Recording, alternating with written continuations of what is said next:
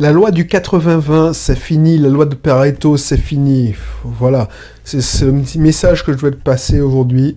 Donc, si c'est la première fois que tu tombes sur ce contenu, c'est Benrix, entrepreneur investisseur pendant 3 ans. Depuis 3 ans, je suis en Martinique. Je vis de mes sources de revenus, mes différentes sources de revenus. Alors, c'est trop compliqué à expliquer. J'ai Bisoft Team, je suis associé dans une auto-école, je suis associé dans la société libérale de mon épouse, j'exploite des biens en immobilier, ainsi de suite. Donc du coup, voilà, c'est mon métier, on va dire. Alors, avant, j'étais informaticien. Je suis toujours informaticien, mais avant, j'étais responsable informatique dans une société à Lyon. Peut-être que j'étais comme toi, salarié. Et puis, je me suis rendu compte que j'avais besoin de plus de liberté et surtout, voir plus souvent mes proches, mes parents, ma famille, quoi. Donc, du coup, parce que j'ai fait beaucoup de sacrifices. Alors, je sais pas si je l'ai dit souvent, si tu m'écoutes depuis longtemps. C'est la première fois. N'hésite pas à t'abonner parce qu'on va parler de ça, hein, d'investissement locatif, de l'entrepreneuriat, de l'indépendance financière et surtout l'état d'esprit qu'il faut avoir. Parce que je veux pas que tu deviennes, tu me suives pour gagner de l'argent, pour gaspiller ton argent, pour devenir riche, tout simplement. Parce que la richesse, ça sert à rien, c'est pour accumuler, collectionner de l'argent. Bref, il faut savoir ce que tu veux en faire. Donc n'hésite pas à t'abonner, que tu me suives sur iTunes, YouTube, SoundCloud, Facebook, sur le blog My Cat is Rich, voilà. N'hésite pas à t'abonner. En tout cas, je te volais, oui, 80-20, c'est terminé. La loi de Pareto, c'est terminé. Moi, je l'avais déjà vu venir.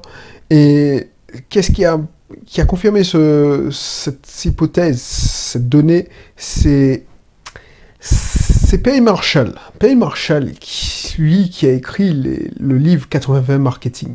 Lui, il te dit, oui, la loi 80-20, la loi de Pareto qui se vérifiait dans la nature, qui se vérifie partout, qui se vérifiait jusqu'à maintenant, n'existe plus dans le monde actuel. C'est plutôt 90-10, et bientôt ce sera 95-5. Tu vois, je l'avais constaté, parce que je constate que, enfin, j'ai découvert il y a 1 an que dans n'importe quelle niche maintenant, dans n'importe quelle niche, n'importe, c'est plus 80-20% qui se partagent tout. C'est plutôt 90-15% qui se partagent 5% du marché. Pourquoi je te dis ça? Si tu suis n'importe quelle thématique dans le blogging, ouais, bref, tu remarques que il n'y a que quelques acteurs qui se goinfrent. Il n'y a que quelques acteurs qui se goinfrent. Alors, il y en a un qui émerge de temps en temps. Mais si tu regardes bien, c'est toujours les mêmes qui reviennent. Toujours les mêmes. Tu t'inscris dans la liste de l'autre, tu tombes toujours sur lui. Donc, c'est ces acteurs-là qui mènent la danse. Ces acteurs-là et leur cours, parce que leurs partenaires qui mènent la danse. C'est-à-dire que tu as plusieurs catégories. Ce que l'on appelle les A-players, qui se goinfrent, ils sont, allez, 10, allez, 5, 6. Et puis, ils font vivre les B-players, qui les parrainent, qui sont des affiliés, tout ça. Et dans le monde entier, tu auras bien, et ça va devenir comme ça maintenant, ce sera exactement la même chose. Regarde les portables, les ventes de portables. Les ventes de portables, il n'y a que quelques sociétés mais encore, il n'y a qu'une société qui se goinfre. Parce que Samsung, franchement, même s'il domine le marché, ne gagne pas tant d'argent que ça, et je parle même pas des autres. Qu'est-ce que je peux te donner comme exemple aussi? Dans tous les centres, le corps de métier.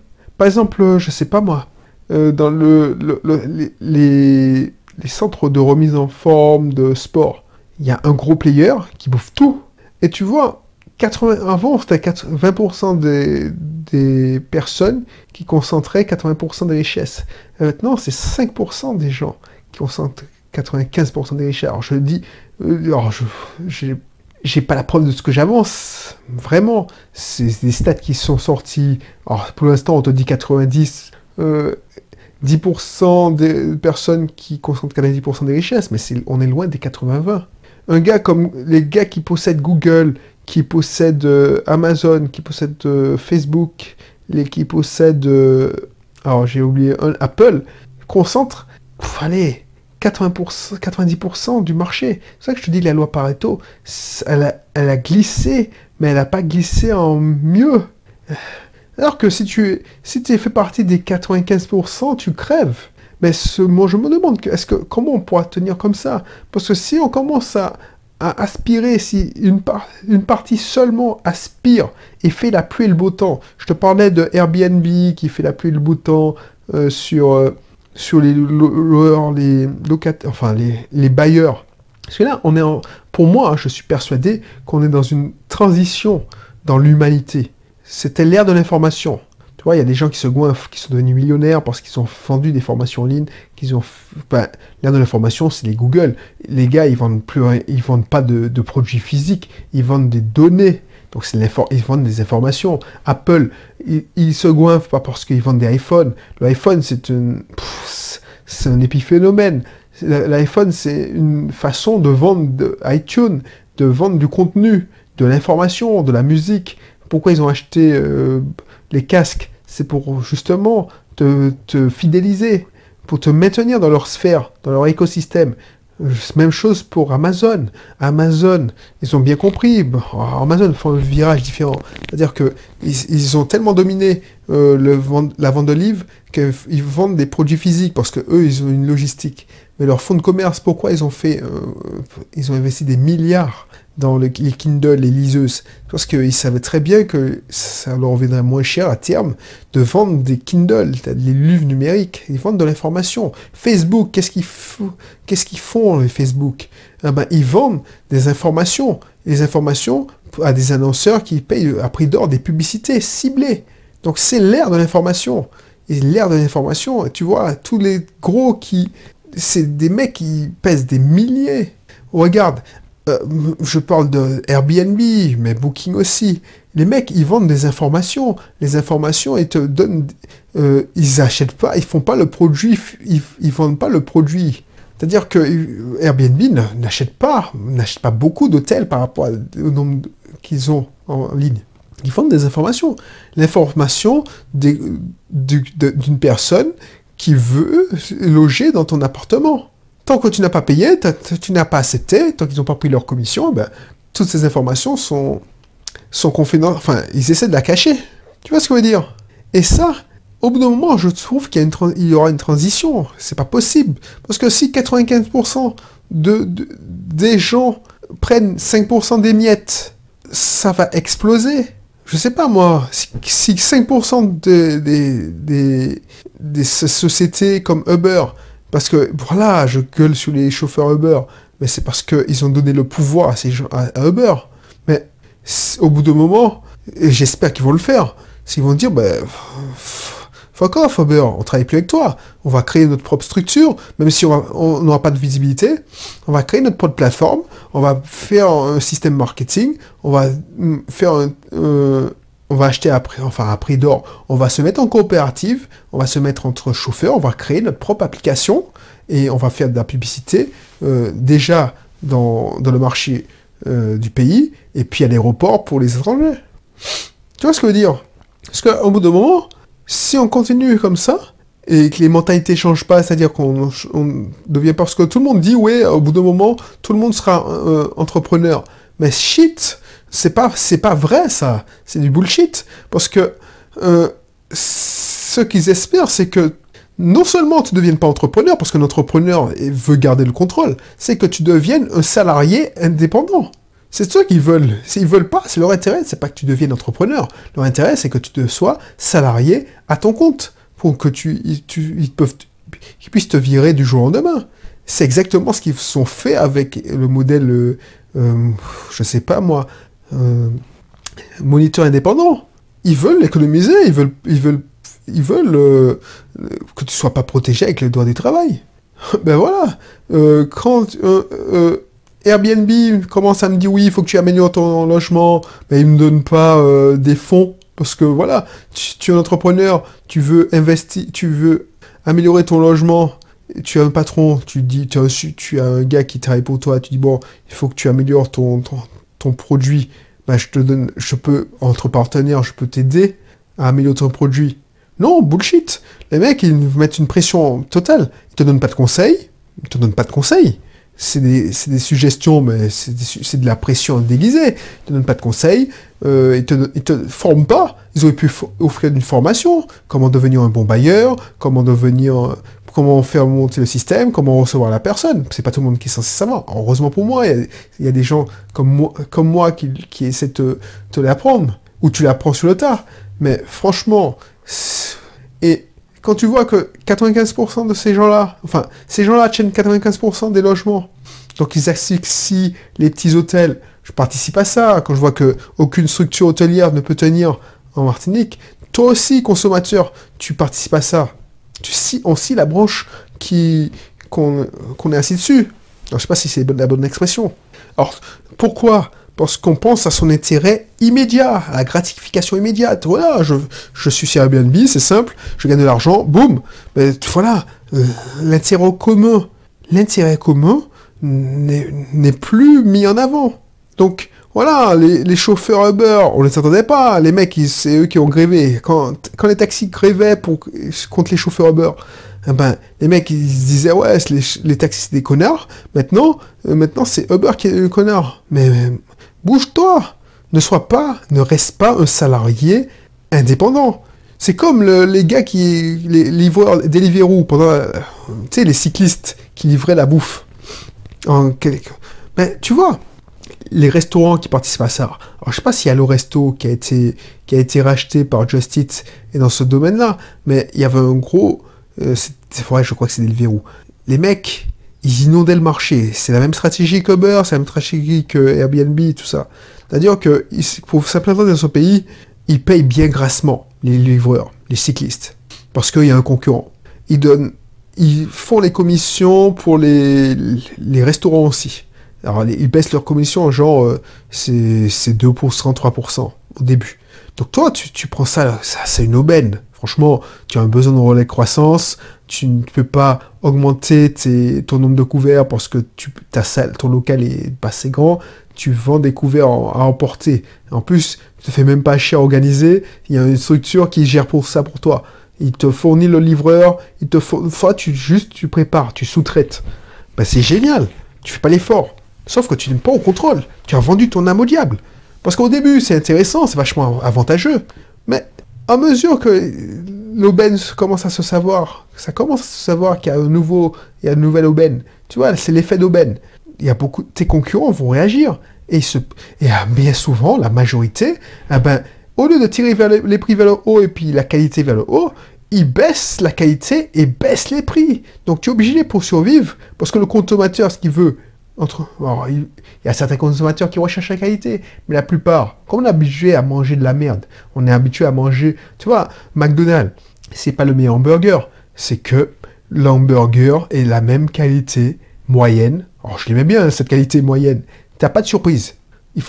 Donc toi, comme tu as pas un cœur de client qui apprécie tes pizzas parce que tu fais de la pizza comme monsieur tout le monde, comme la pizzeria Tartampion, tout ça, tu vois ce qui va se passer, c'est que tu vas te battre avec tes prix. Donc là où tu mettais Deliveroo, où je n'ai pas n'importe quelle structure, te disais 2% de commission, maintenant c'est 10%, soit vous acceptez, soit vous utilisez plus notre site, vous avez à fermer votre compte. Donc toi tu dis, bon, tant pis, hein, je vais pas dire au revoir à 20% de mon chiffre d'affaires. Donc tu acceptes, tu te mets, voilà, tu t'assois sur ton truc, et puis voilà. Et quand, par l'autre côté, ils disent aux gars qui risquent leur vie, qui mettent la pression aussi, parce que c'est ça l'effet pervers. C'est-à-dire qu'on leur met la pression pour qu'ils fassent ça, on leur met la pression pour qu'ils livrent vite. On dit, bon, la course, c'est 8 euros, mais c'est 5 euros, c'est à prendre ou à laisser. De toute façon, il y en a plein qui veulent faire la même chose. Donc, voilà, on a trop de livreurs pour le secteur. C'est à prendre ou à accepter. Ou à laisser, excuse-moi. Voilà et ça fait quoi? Ça veut dire que nos 95% de petits bailleurs, là, Airbnb, en Martinique ou en France, vu qu'on se bat, et puis il y a 5% qu'on n'entend pas, voilà, ils se goinfrent, ils nous exploitent. C'est le pot de fer contre le pot de terre. Et la loi de 80-20, ça n'existe plus. À 20%, c'était supportable. Parce que voilà, il y a 20% qui possédaient 80, c'était la loi naturelle. On va dire que c'est une loi naturelle, on ne sait pas pourquoi ça existe, mais au moins dans la nature, voilà. Mais, là, 95,5%, même 10%, 90%, c'est chaud, quoi. Parce que ça menait... là, on sera obligé de chercher un autre concept. Parce qu'au bout d'un moment, si tout le monde touche le SMIC, ou vit... Parce que maintenant, si tout le monde devient... cumule 2 ou 3 boulots, et de petits boulots, et puis engraisse ces structures, au bout d'un moment, il n'y aura plus d'argent pour entretenir ces gros systèmes. Et tu sais, je te dis ça souvent, mais Google, les grosses sociétés sont déjà en train de réfléchir à ça. Parce que les Uber, les mecs, ils gueulent, ils pensent qu'il faut faire plier Uber. Mais leur programme de voiture autonome a pris du retard, mais ils sont en train de travailler dessus. Parce qu'ils se disent bien, de toute façon, ces gars-là, on va les virer. On va leur dire, bon, c'est pas 20%, c'est pas 2%, c'est 2%. Après, on va laisser. Si vous voulez pas, ben, je m'en fous. Parce que j'ai déjà mes voitures autonomes. Et toi, tu vas te dire, ben voilà, je crève. Je crève. Et toi, tu pourras même pas toucher le SMIC. Les indemnités d'emploi. Parce que tu es indépendant. Si t'arrive quelque chose, tu ne gagnes pas d'argent. Donc, réfléchis à ça. Réfléchis à ça. Et la solution, moi, je l'ai pas. Moi, je me dis, la solution, c'est comme... Enfin, là, je l'ai pas. Je l'ai pas totalement. Moi, ce que je dis, c'est que ce que tu peux faire, c'est pas entrer en résistance, genre, je suis le résistant, là, le rebelle, tout ça. Parce que tu peux pas faire sans... totalement anti-système. Tu peux pas être anti-système, c'est-à-dire que tu vas te marginaliser. Ce que tu peux faire, c'est faire avec eux, mais ne pas te livrer à eux totalement. Par exemple, le chauffeur Uber, effectivement, ok, tu dois être disponible pour Uber, mais rien ne t'empêche de monter ton business en parallèle, de vous regrouper à 10 chauffeurs, un par an. Par exemple, je prends le chauffeur... allez, je vais prendre mon ancienne ville, Lyon. Ben, vous répartissez la tâche, vous avez chacun un secteur. Alors, je sais même plus combien d'arrondissements qu'il y a à Lyon. Je pense qu'il y en a 9. Ou le 10e, je sais pas. Ça fait longtemps, hein, tiens, il faut que je revienne. 9, on va dire qu'il y a 9 arrondissements à Lyon.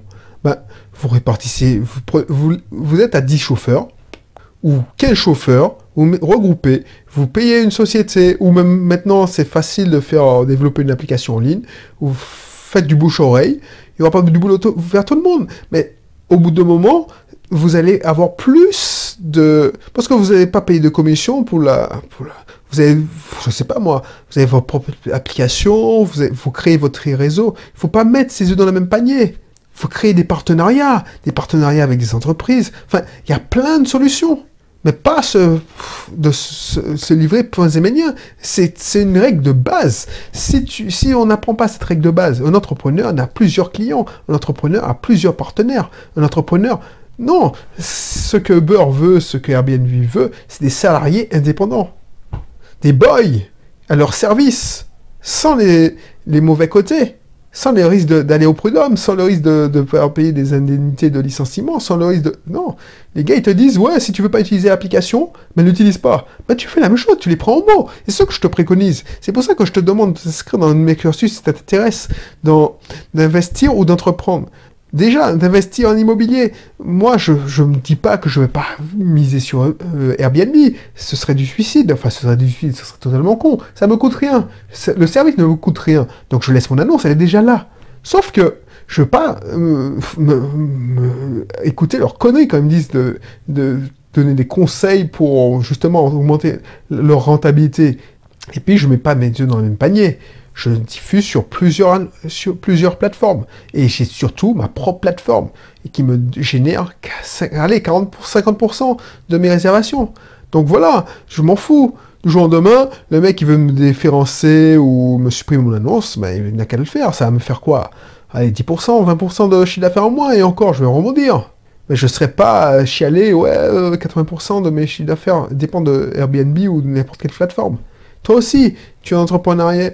Tu es moniteur indépendant. Ben, inscris-toi dans mon cursus pour moniteur. Va sur le site bpermis.fr, b-permis.fr, et tu verras. Tôt ou tard, je vais te proposer ça. Et tu verras quand je te conseille des trucs. Tu vas pas te fermer chez Ornicar seulement. Enfin, excuse-moi de citer la marque, ou en avant Simone, en voiture Simone, excuse-moi, ou Permigo. Il y a plein d'autres moyens de gagner. Bien entendu, tu vas passer par ces plateformes. Mais le but, c'est que tu ne dépendes pas que de ces plateformes. Bref, il y a tellement de solutions. Et c'est ça la solution pour moi. Non, enfin, il y a tellement de solutions, oui. Et c'est comme ça que tu vas réussir à lutter, à vivre, à t'adapter dans ce monde. Et un beau jour, tu seras peut-être, feras partie des 20% qui dominent 80% du marché. Parce que, franchement, je verrais un Amazon venir, et encore, ces mecs, c'est des barbares, je le répète tout le temps. Mais quand tu vois Amazon qui vient ou Google s'intéresse à ta niche, bah, tu as intérêt à avoir peur. Et il faut faire preuve de lucidité. Tu pourras pas lutter au niveau prix. Tu pourras pas lutter au niveau disponibilité. Tu ne pourras pas lutter au niveau, voilà, euh, euh, marchandises, niveau de stock. La seule façon de lutter, c'est d'avoir resserré auprès de toi et te différencier. Tu fais de la qualité. Enfin, il y a plein de solutions que je serais heureux de partager avec toi. Voilà. Inscris-toi si ça t'intéresse dans mes cursus entrepreneuriat. Comme ça, tu auras l'occasion de... Je te proposerai mes coachings et on pourra en discuter ensemble. On pourra trouver des solutions concrètes à ta situation. Si tu as un investissement qui t'intéresse, inscris-toi dans mon cursus IMO et puis inscris-toi aussi à ma formation d'approfondissement. Alors, le cursus IMO, c'est offert. La formation d'approfondissement, c'est quelques centaines d'euros. Donc, c'est pas grand-chose par rapport à ce que tu pourras gagner. Voilà. Donc, n'hésite pas. Et puis, voilà. Et si tu es dans une entreprise individuelle, enfin, en entreprise libérale, tu fais de profession paramédicale, il y a un cursus aussi. Tu vas pas faire comme 80%, 90% maintenant des gens qui sont esclaves de leur boulot. Alors je sais que c'est un sacerdoce quand tu deviens médecin, c'est une vocation. Quand tu es paramédical, tu as une vocation. Mais est-ce que tu veux faire comme les médecins d'avant, de campagne qui travaillaient 70 heures par semaine? Est-ce que tu n'as pas envie de vivre, de pas lier ta vie à tes patients? Voilà, c'est ça que je veux pour toi. Allez, je te laisse sur cette réflexion. Si t'es pas encore fait, n'hésite pas à t'inscrire. Et puis je te dis à la prochaine. Allez, bye bye.